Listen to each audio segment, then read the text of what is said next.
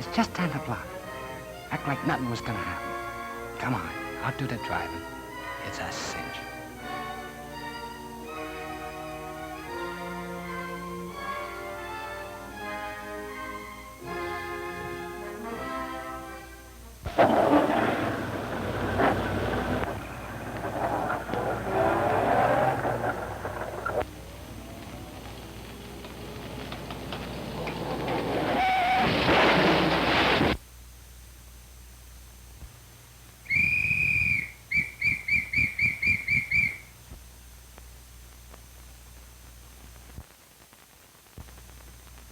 And so, another job for the police and the courts.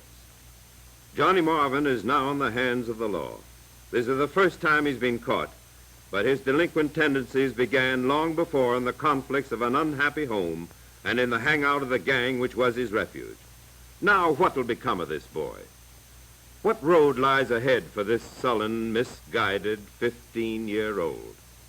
Will he be placed in a cell for the night, herded with drunks and criminals, then in the morning paraded in the police lineup? Will he be fingerprinted, photographed, given a permanent criminal record at 15? Will he be sentenced by a judge who knows nothing of the background of Johnny and his family or the reasons behind his behavior? Will he grow up in reformatories and prisons to become a bitter and seasoned criminal? Johnny and 200,000 other youngsters who are arrested each year are America's #1 crime problem. Can't something be done to help these twisted young lives and set them straight? Yes, something can be done. Something is being done. Many communities believe that good juvenile courts with well-organized probation service can make good citizens out of wayward youth. Fortunately, Johnny lives in a community which has such a court. After his arrest, he does not go to a jail to mingle with adult offenders.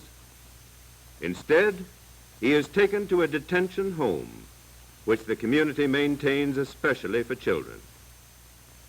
Here he is placed in the care of a house mother and father who have been trained in this work. Kindly but firmly, they proceed to make him comfortable in spite of himself. He is given a bath and a pair of clean pajamas. He has a good night's rest in a comfortable bed. Next morning, after nourishing breakfast, he's ready for a visit to the chief probation officer who handles incoming cases at the juvenile court. Haltingly, Johnny tells his story. The officer listens attentively and asks questions to bring out all the details.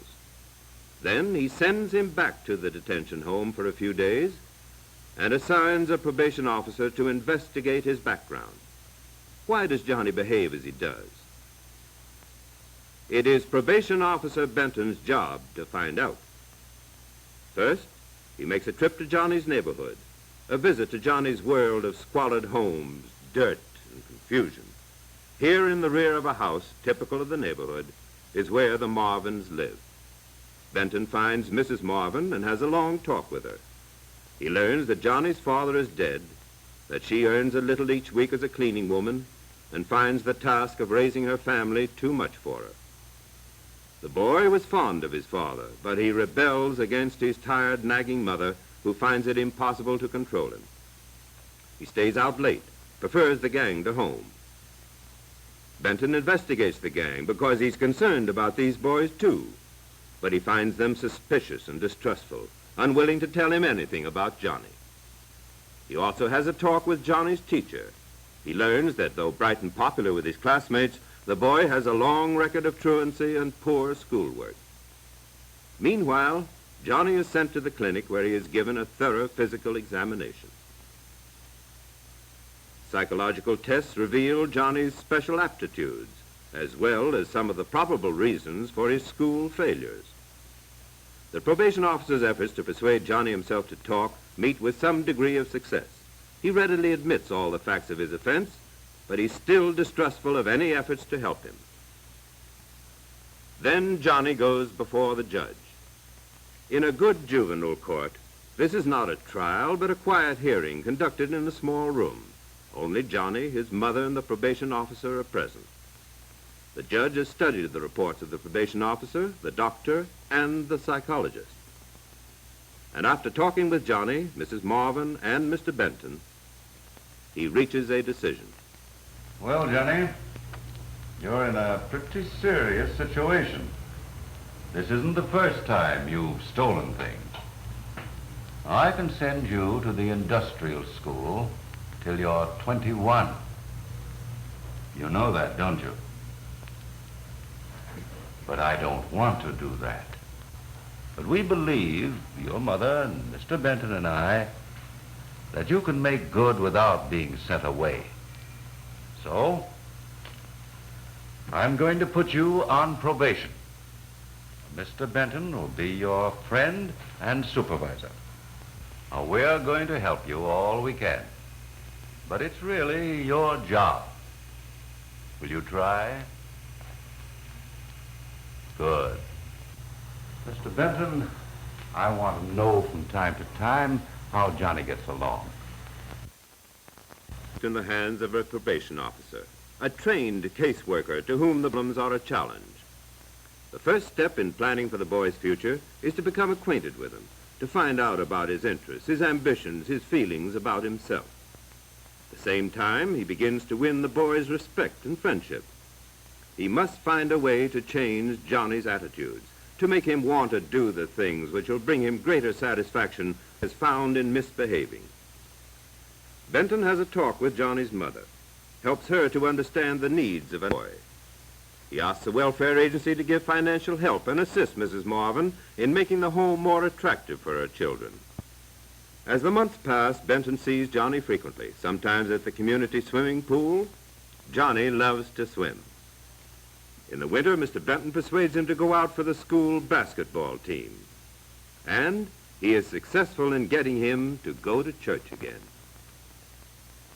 Sometimes they meet at Johnny's home, where his willingness to help his mother is evidence of a new sense of responsibility. Discovering that Johnny's greatest interest is airplanes, Mr. Benton arranges with the pilot to have Johnny meet him at the flying field. It was a never-to-be-forgotten exploit. He was actually able to sit in a plane and have a real pilot tell him about the controls. He introduces Johnny to the public library, where the boy devours books on aviation. And to the boys' club, where he learns to build a model airplane in the club shop. This is fun, fascinating. Johnny has found a new world and ambition. The gang is forgotten. He's looking ahead to the things he really wants. Intelligent and friendly guidance has accomplished what mere punishment could never do. After a year on probation, Johnny is again brought before the judge. Well, Johnny, Mr. Benton tells me you don't need probation anymore. You've made good. I guess you won't steal any more automobiles, will you? Gee, that was dumb, wasn't it? It certainly was. But we're all very proud of you now, Johnny. And I want to congratulate you. And so Johnny's probation is successful. His case is typical of the everyday achievements of good juvenile courts. Proper facilities, a judge who understands children, and carefully chosen probation officers can achieve the same results in any community.